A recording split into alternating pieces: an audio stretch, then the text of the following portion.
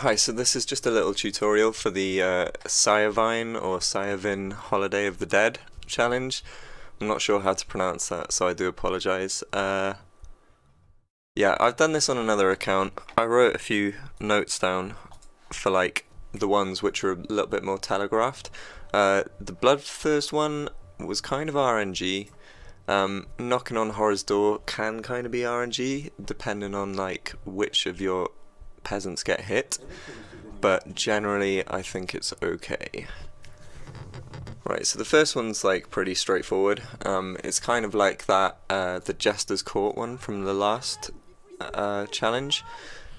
So you just want to make sure that you manage your guys so that you're not stuck with like 5 scythesmen and then they have like 2 things on the board. I found that was a bit of a problem for me, especially in the expert version. So you just need to balance out what you're doing. It took me a little while. It took me maybe 6 or 7 tries, and it was really frustrating at first. So I thought some people might appreciate this video simply for that reason. So the first thing I play is the Scytheman, simply because I want to convert as many archers as I can possibly get at the start. Some people who have figured this out themselves might find a different strategy could be more beneficial, but this is what worked for me. We're going to convert these here because we don't want to lose this guy to the silver thing which he puts down.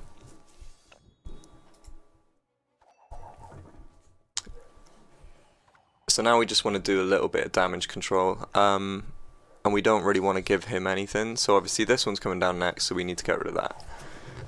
And then we're going to get rid of 2, and then we're going to get rid of 3, and then we're probably going to convert. It doesn't really matter which ones we take out there, because we know that we're clearing again. Because obviously we got this guy on 2 HP, or this guy even, so obviously we want to get him out before he dies. So now we just clear up, get rid of that, and then we convert. Because obviously this guy's coming down again, and he'll die if we keep him up. So I found at this point, wait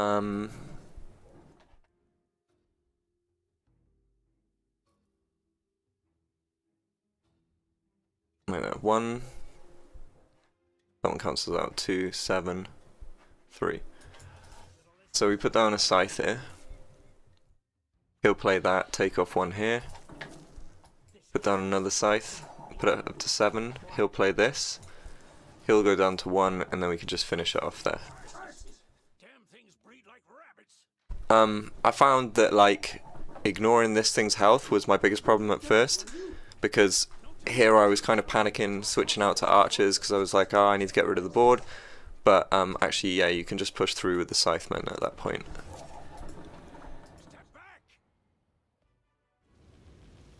It worked! They run, they flee!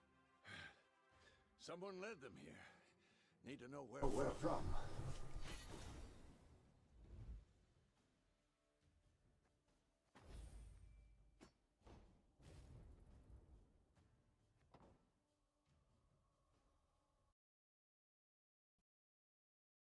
Okay, so knocking on Horror's Door took me a little while, maybe 4 turns, only because I was being a complete tool.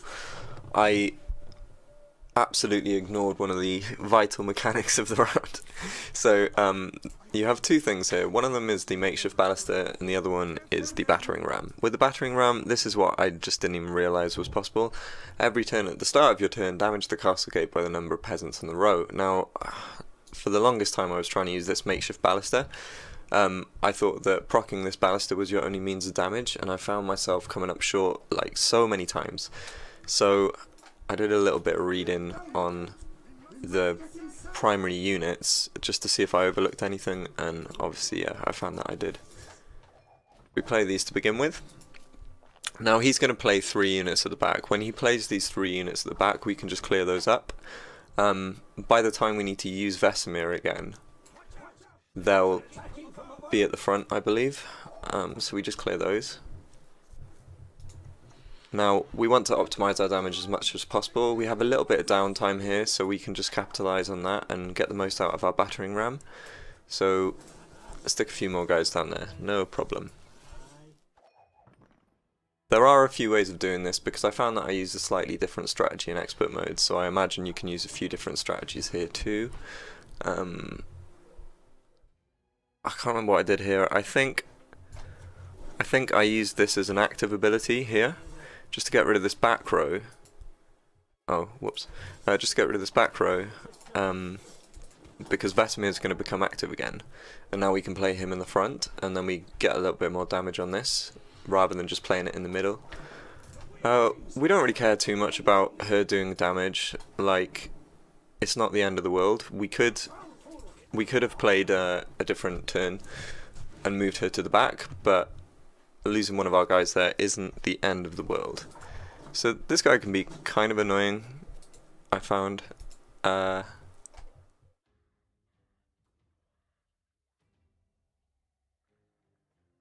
think we're just gonna pull these two back, and then we're gonna kill this guy. And then we're gonna heal this guy up, and then we're gonna kill this one.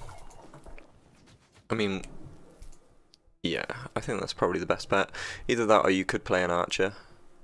Obviously, I don't have a perfect strategy, but I cleared it, and that was good enough for me.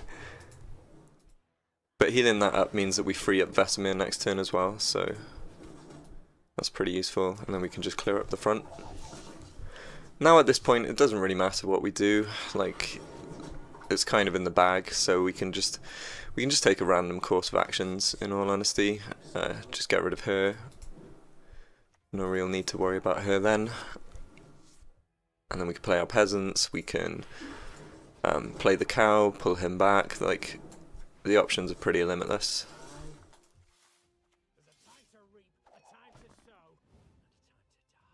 The hard part's over and done with, really, is I suppose what I'm trying to say.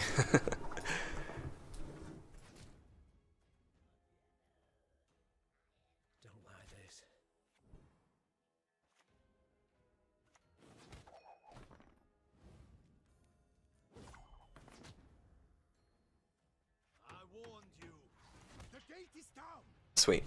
Okay. Come on, you whore sons. Suit it all. The Witcher is out cold. We're on our own.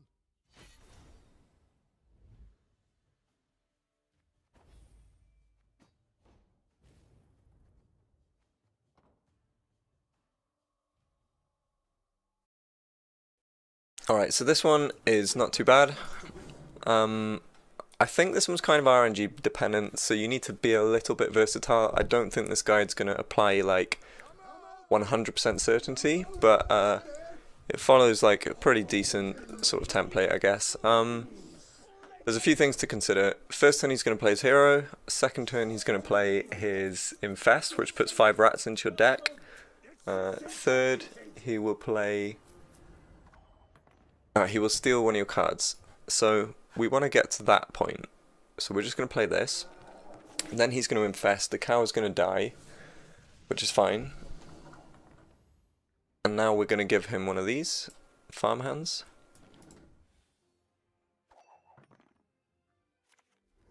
More blood. I want more. So that's totally fine. And then we're going to play the cook. Going to clear up a little bit of room. So at this point he's going to play a raven.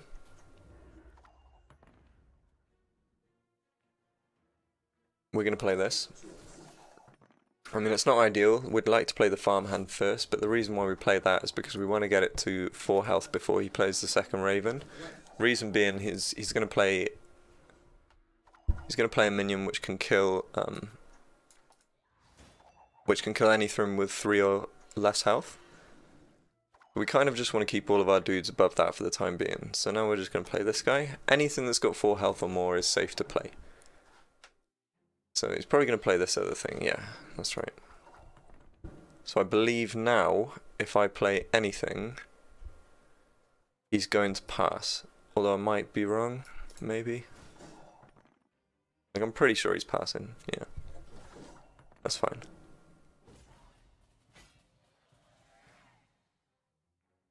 So the less ravens that he's got going into the last round, the better for us.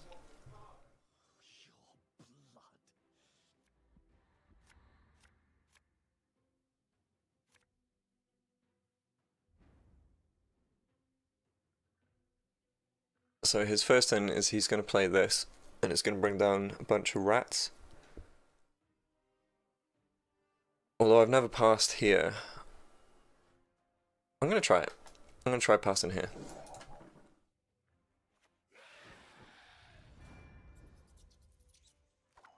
Okay, that's good for us. And now he'll be like a 15 minion and he'll buff all of his ravens.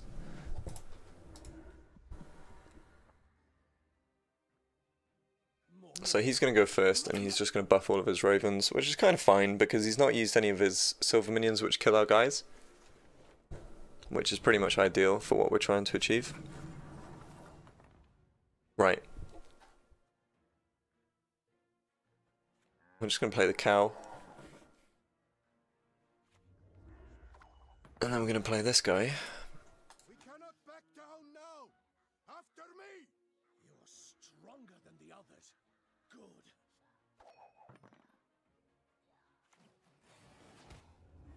That's totally fine. We don't really care too much about that.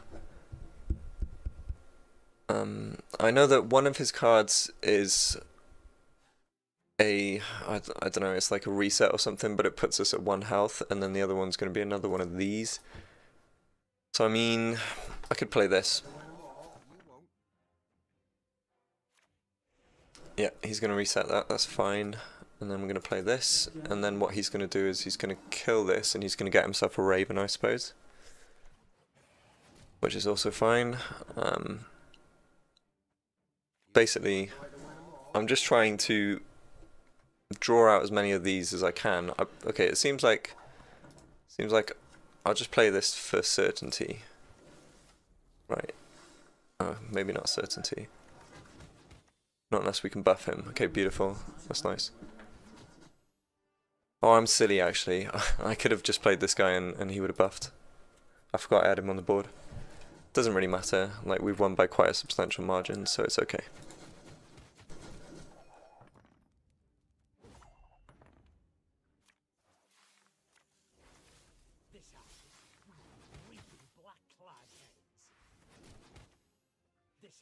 Okay, so now we go into expert mode. See, as you see, that's all quite straightforward, I suppose. Apologies. I'm feeling a mite dizzy. Mind if I sit? He's drunk. Attack now. Whatever are you doing? Oh. Fools.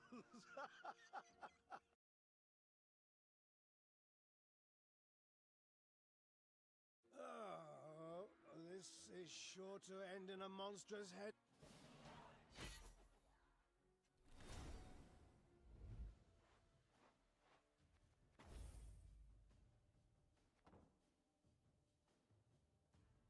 As the saying goes, for health, Regis.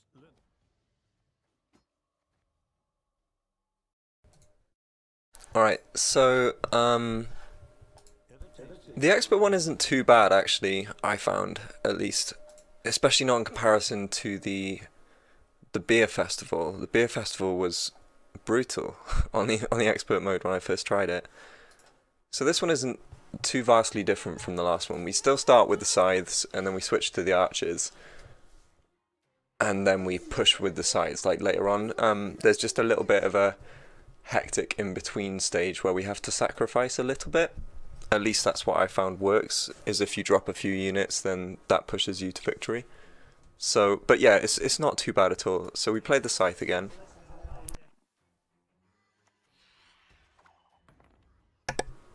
And then we play the other scythe.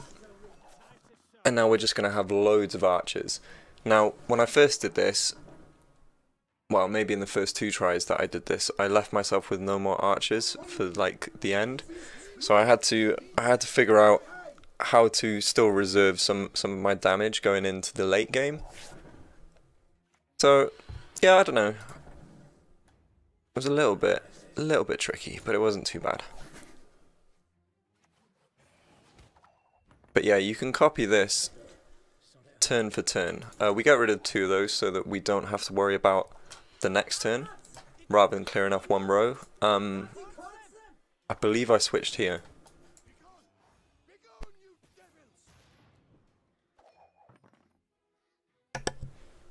Okay, so now we continue with the archers because obviously he's got so much on the board, and we're going to have to clear that one first because this one's coming down next. And it's at this point that we just want to completely clear up.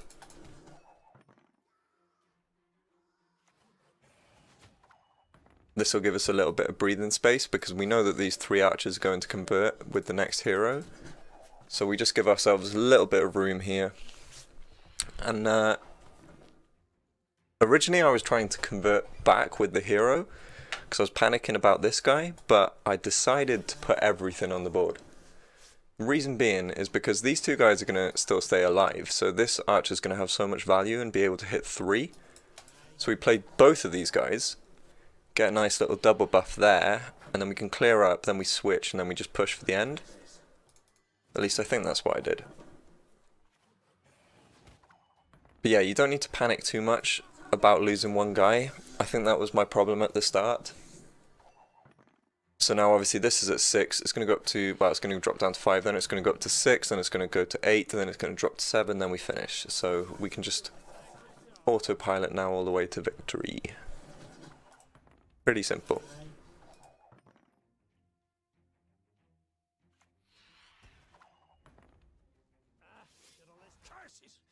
Damn things breed like rabbit. Who the devils are you? No time to explain.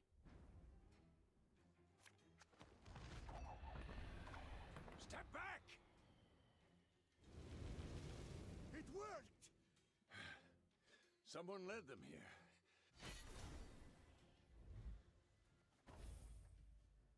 Not too shabby, eh?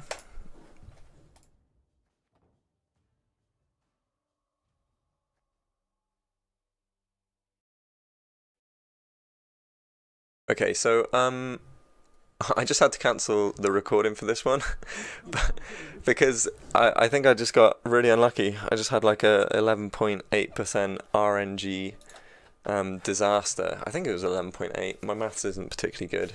It's been quite a few years since I've been in that classroom. But yeah, so essentially I had loads of minions out on the front, and this lady over here, the Queen of the Night, managed to hit my battering ram, so it completely unfolded everything that I'd planned. So I'm just going to start again. We begin with Jermaine of the Fox Hollows, only because of the same reason as before. We want to get as much damage on this thing from an early stage as possible.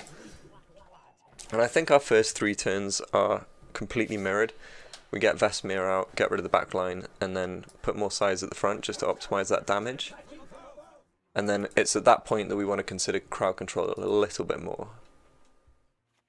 with these archers. So hopefully, if all goes according to plan, she's not going to hit my battering ram, and then we'll be fine. I think if she hits your battering ram, you just have to forfeit and start again. Apologies, I don't have the best strategy, I suppose.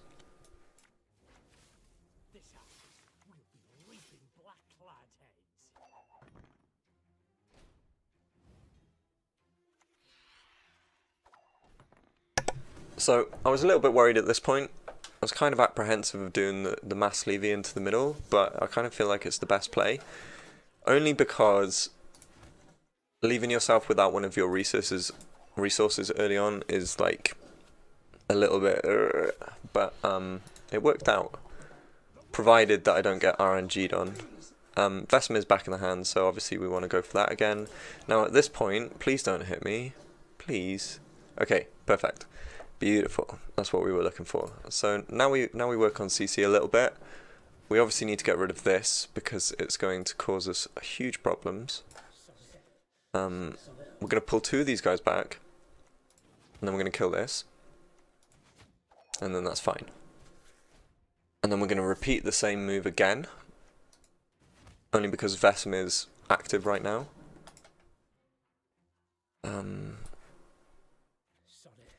Gonna pull this one back, and then we're gonna kill one, Now, what we want to do here is heal this guy up.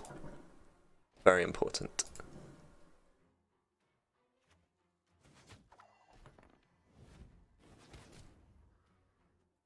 Unless you want to leave it on 1 health, then that's entirely up to you.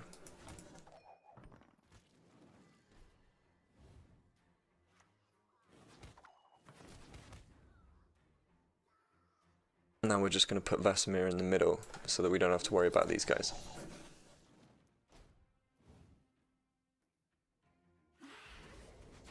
Obviously we could have lost there with RNG again, but I mean, as I say, I don't have a perfect strategy.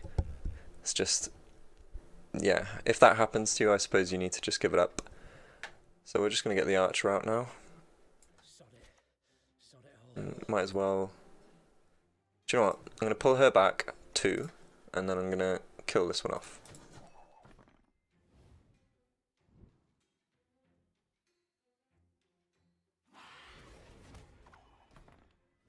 And now it's fine. We're not going to lose this guy unless this one does something drastic. But we're going to pull Jermaine back now, and we're going to get some more guys out, just so we're doing a bit more damage. I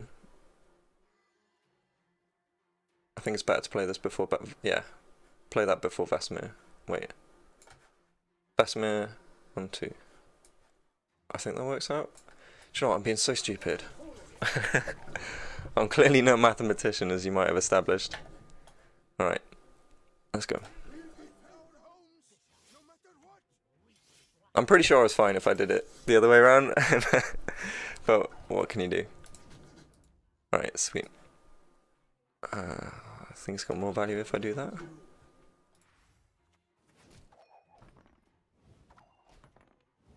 And then we get Vesemir down again, and then we do a little bit more damage.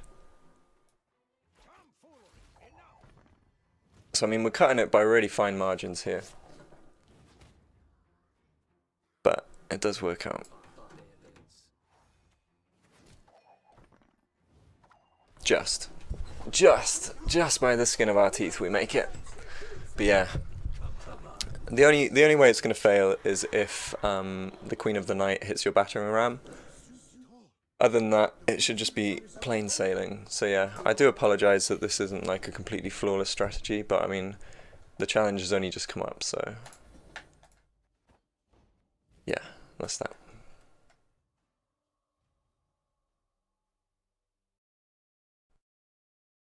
Right, this one's kind of tricky. It's not, there's no like set in stone way to go about this.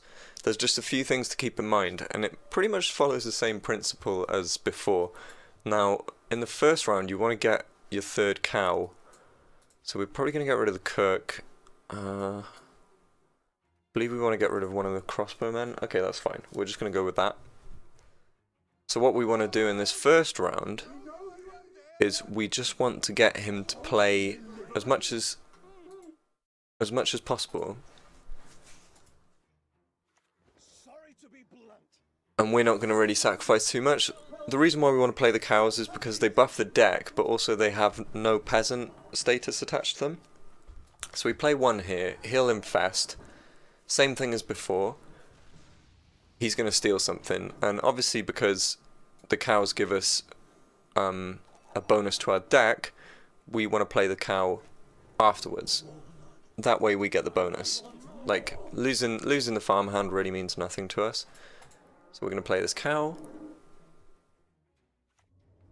He's going to play a raven, play another cow, he'll play another raven. Beautiful. I mean, could just play another farmhand here. And then he's going to play one of those horsies.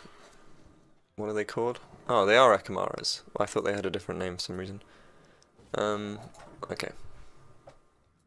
We pass.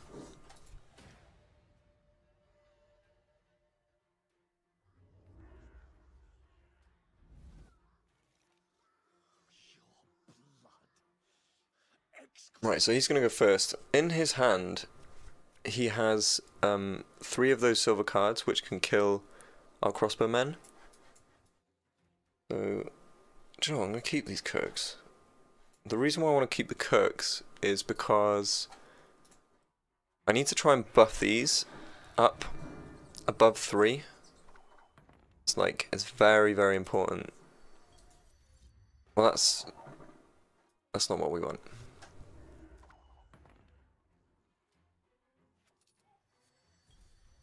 That's also not what we want. The kind of worst case scenario, really.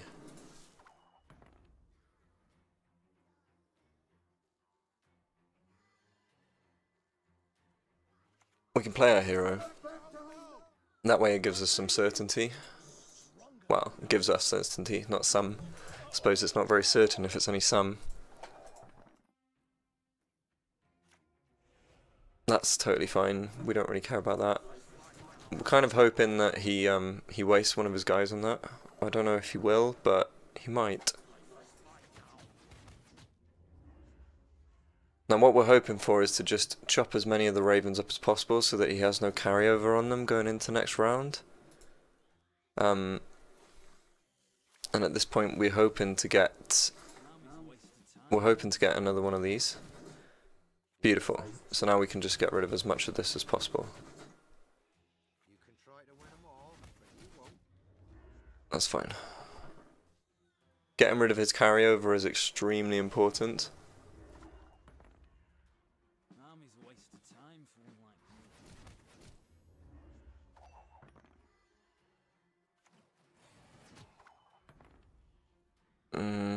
I mean,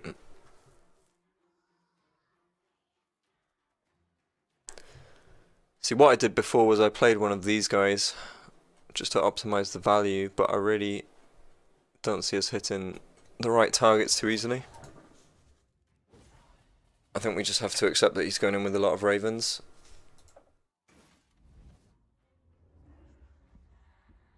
I think no matter what happens, unless you're really lucky in the first turn, you're probably going to have quite a hard time with this round. Like, he gets a free card anyway, he just gets his hero back, like, constantly. I'm not sure what's got more value, actually.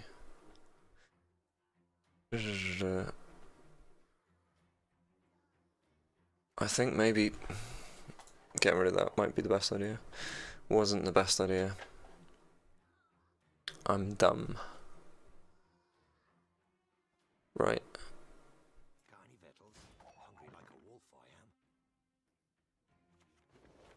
Yes, yes, yes. No, he's just going to beef all this up. He'll be on like 45. 39. I still think that's like...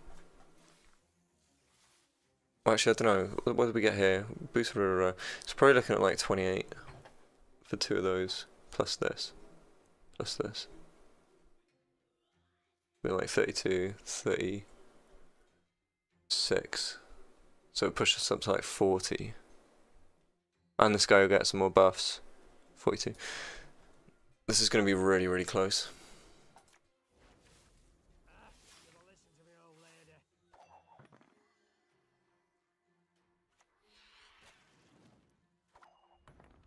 Provided we've even got anything in the graveyard. Sorry, in the top deck. This is extremely close. But I think we get there. Yeah, we get there. But yeah, as I say, this one is just more about like just keeping things in mind rather than having an out and out plan.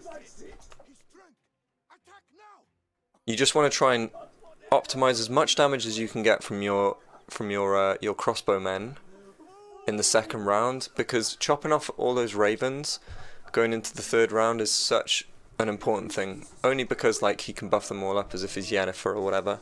So yeah, just keep that in mind and that should get you through it. Maybe give yourself like a cushion of 3 turns, 3 tries perhaps to get it done. Anyway, that's that.